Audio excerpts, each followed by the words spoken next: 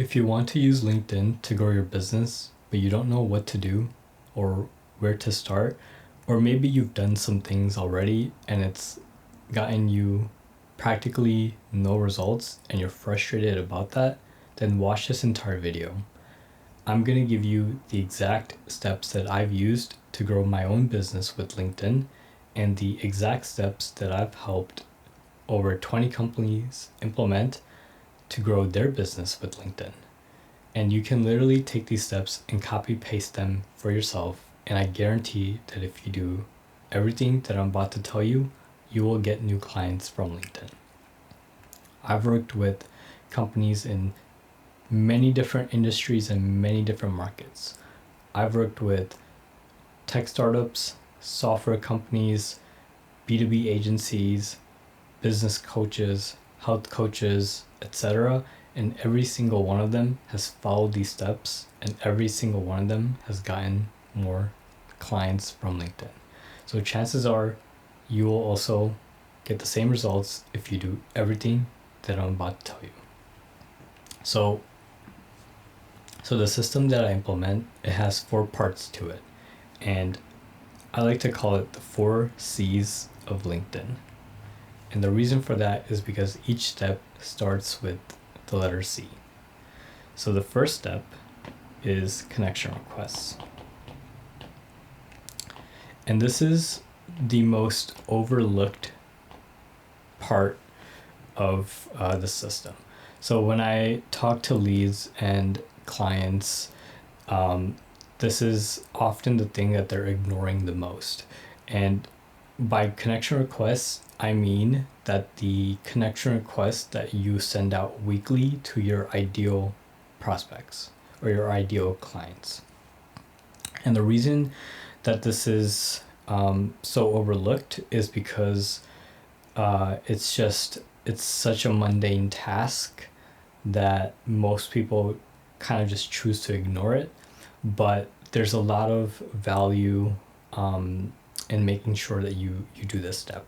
So if you have LinkedIn Sales Navigator, which you should if you're serious about using LinkedIn to grow your business, then every single week you get 200 connection requests that you can send.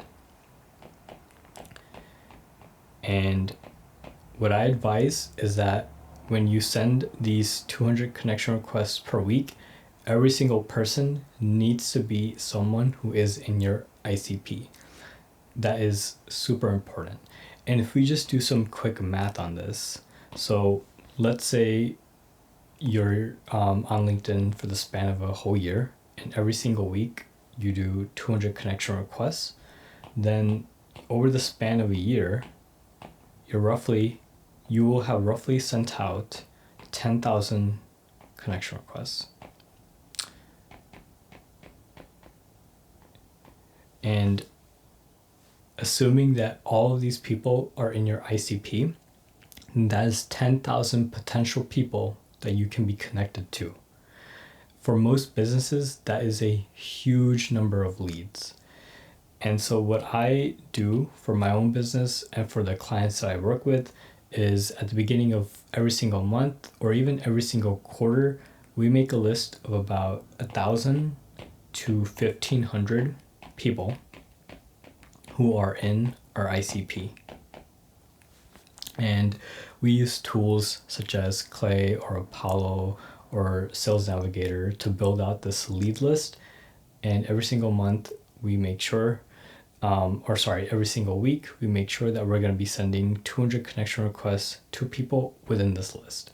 So if you're a person, let's say you are someone who runs a recruiting agency, as in you help companies hire people, then one thing that I suggest doing is you build out a list of companies that have recently been funded or recently have hired a new executive, so that you know that those companies are probably in the growth phase of their life cycle, and so they're probably going to be building out their team. And you can use tools, like I said before, tools like Apollo and Clay make this super easy to find out, and they make them super easy to find these signals so that you can build out a hyper targeted lead list of people. So every single month, find a list of, or build a list of 1,000 people who are in your ICP, and every single week send connection requests to 200 of them. You can automate these. We automate these without a problem. And anywhere from roughly 30 to 50% of people accept these per week. So on average, it's about 40%. So over the course of a year, that'll be about 4,000 people that we connect with that are in our ICP. And like I said, for most businesses, that is a huge number of leads. These are people that we can DM, people that we can have conversations with, people who will see the content that we post on LinkedIn. And so this is such a important step to do. And most people aren't doing this, but I absolutely recommend implementing this as part of your weekly workflow. The second step of the system is posting weekly content. And content itself is such a broad topic that I can probably talk about this for hours, and I will probably make more videos about content strategy. But for the purpose of this video, what I'm going to say is that for the weekly content that you post, there needs to be some basic level of strategy that you use. And there's a lot of frameworks that you can follow about like what kind of content to post, and there's a lot of content calendars out there that you can use or reuse. But at the fundamental level, content has two important jobs that it must do. So the first job of content is to build trust, and the second job of content is to generate leads or generate interest or demand. So generate interest. So what this means, and this is a mistake that I've seen my clients do in the past before we've worked together, they'll be posting on LinkedIn without any intent, without any strategy. They'll do things like they'll post about opinion-based posts, or maybe they'll post things like company updates, or maybe they'll do personal posts where they're posting about their personal life. And to be very frank with you, I advise against all of that. I don't recommend you post personal things on LinkedIn. I don't think it generates any interest, any demand, or anything valuable for your business. And the reason for this is because personally, with the businesses I've worked with, it doesn't generate demand, and there's so many other things and so many other topics that you could post about which actually move the needle. But at the fundamental level, content has every piece of content has two important jobs, and it's to build trust and generate interest. So things like case studies, client results, educational content, lead magnets, these are very fine examples of things that you can post. Moving on to the next step is conversations. And what I mean by this is DM outreach, or the conversations that are happening in the comment section within posts. Now, I'll focus mostly on DM outreach because that's where I've seen the most results come from. So for DM outreach, again, similar to content, what I've seen is that most people are doing DM outreach the wrong way. Most people, when they do DM outreach, they are using tools and AI agents that promise leads on autopilot, and they they manage the messaging for them, and they send messages to hundreds of people every month. And every single prospect I've talked to, they have the same story, is where they buy a tool or an AI agent that automates the DM process, and they send out hundreds and hundreds and hundreds of DMs, but the results in maybe like a handful of conversations, and those are usually from buyers that are not qualified. And so what I recommend is having conversations that are not automated but are manual, and you can outsource this to an agency or you can do this yourself. It doesn't matter, as long as the conversations that you're having with people are manual and it's a human talking to a human. And the reason I say this is because the prospects that you're having conversations with, they are getting blasted with dozens of automated messages per week. And most people, when they're doing their DMs, they're treating it as like a cold email or even like a paid ad almost, where they're literally pitching a service or a call in the first message that they send. And this never works. And you have to put yourself in the buyer's or in the prospect's shoes. And you have to think about it. When is the last time that you responded to a message where they literally pitched a service or a call in the first message? You probably never have. And if you're doing that for your own strategy, you have to think, why would that work when if you were on the other end, this wouldn't be a message or a person that you replied to.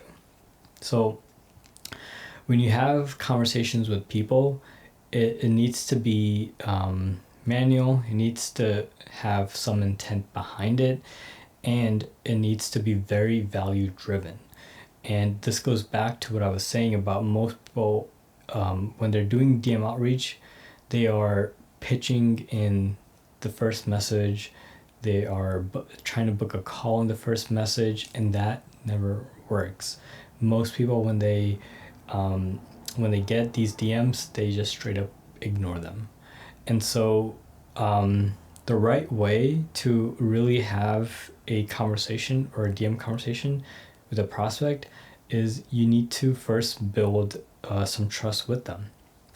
So, and it takes a little bit of time, but once you're in the rhythm of things and you've sent out hundreds of these, it just comes so naturally that a DM conversation per day, like with one prospect, maybe just takes a few minutes of your time to do.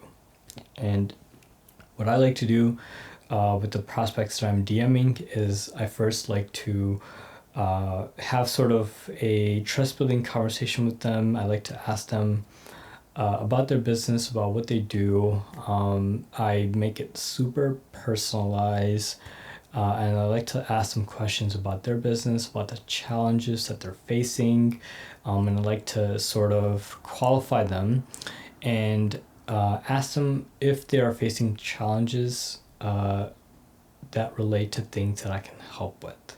So one example of this is if I see a prospect who is a potential target client, and I see them posting on LinkedIn, and I see that they're using ChatGPT or some AI tool to write their content for them, and they have low engagement, and so in that case, I'll ask them about how they're thinking about their LinkedIn posting strategy, if they're using somebody to help them with it, what kind of results that they've gotten with it, if they're happy with the results, etc. And I'll just have a very natural conversation about the challenges that they face.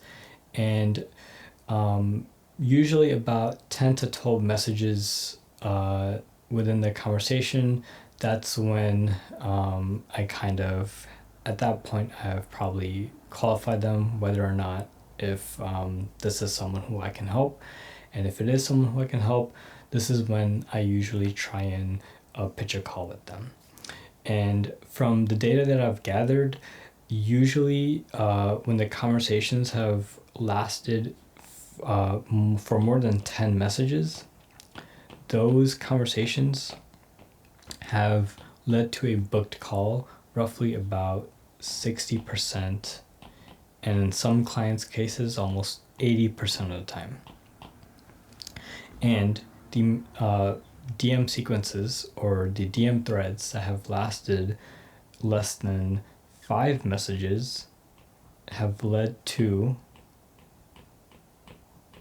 a call almost never, almost 0% of the time. So, and this is data that I've gathered across 25 accounts and across hundreds and hundreds of DM threads. For the most part, it's not going to be the case where you book a call with a prospect in the first few initial messages. It takes time. It takes time to build trust because your prospects are getting bombarded with so many pitches every single week, and so you need to cut through that noise and you need to prove that you're actually someone who can legitimately help the prospect that you're trying to have a conversation with. Now, the last step is conversion. And what do I mean by that is basically it's when someone visits your profile, what's the next step that they're taking? Are they booking a call, or are they opting into a newsletter, or are they downloading a lead magnet, or are they sending a connection request? And if someone visits your profile and they take at least one of these actions, then that falls into basically a positive conversion. And so when you think about your prospect's buyer journey, usually what will happen is they'll see your content on the feed, or maybe you DM them and then they'll visit your profile. And so what we want to maximize is the amount of people that take the next step. And the next step, like I said, could be downloading a lead magnet, booking a call, or opting in to an email list. How do you maximize conversion? The first thing to fix is your positioning. So if your profile is vague, it's not positioned properly, and doesn't communicate to your ICP very clearly that you can help them, then your conversion rate is going to be low. This is super important because typically when people see your content on the feed, or when you do DM outreach and they visit your profile, it's not gonna be the case that they become a client right then and there. Oftentimes they'll opt into a lead magnet or an email newsletter, or maybe they'll visit your profile multiple times. And so some things that I recommend doing is having your featured section at max contain 2 things. So your featured section at max should contain only 2 things. I've seen some clients that I've worked with, they have like 10 different things on their featured section. They'll have a lead magnet, and they'll have a post that went viral, and then they'll have a link, and then they'll have like some TED talk that they did. That is too much for most people. You want to make your profile as lean as possible. And so in your featured section, which is one of the things and one of the sections that is the most checked out section by people, you want to have at max 2 things. For me personally, I have a lead magnet in there, and I have a link to book a call, and that's what I recommend for most people. If you run a newsletter, then maybe you can have the newsletter instead of the lead magnet. The second thing that I recommend in your profile is your headline. So your headline is also super important because not only is it one of the first things that your prospect sees when they visit your profile, but it's also the first thing your prospect sees, or one of the first things that your prospect sees when they see you on the feed. So under your name on the feed, your headline's going to be there. And even when people are maybe looking at their list of connections, they're going to see your headline. So it is super important to make sure your headline is simple and very direct. I recommend something like your job title. Like for example, if you're a founder or a CEO, then it'll be CEO or founder at company name, followed by what do you do or who do you work with. It should be super simple. Someone should be able to read it in 3 seconds or less, and they should know what you do. For me, it's founder at Cold Brew, followed by worked with over 20 different companies under LinkedIn strategy. And I've tested many different headlines, and what I found is that the more simple it is, the better. The third part of your profile that you should be paying attention to is your banner. And this is another important part of the profile that gets overlooked. I recommend your banner show some sort of social proof and communicate in the same way that your headline communicates about what you do and who you help and who your target customer is.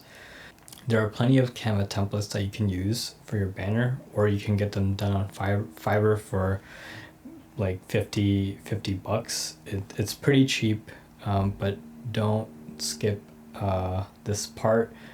Your banner is super important because that is also one of the first things that someone who's visiting your profile sees when they're on it. And whatever banner you choose, make sure that you look at your own profile from a mobile from the mobile app, because most people on LinkedIn, they're using the mobile app, and so you need to make sure that the banner is visible on the mobile app and it's clear when people are using their phone.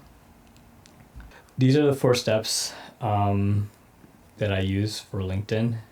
These are the 4 steps that I've helped clients do. And like I said, I'll be making a separate video on content and DM conversations. So keep an eye out for those. See ya.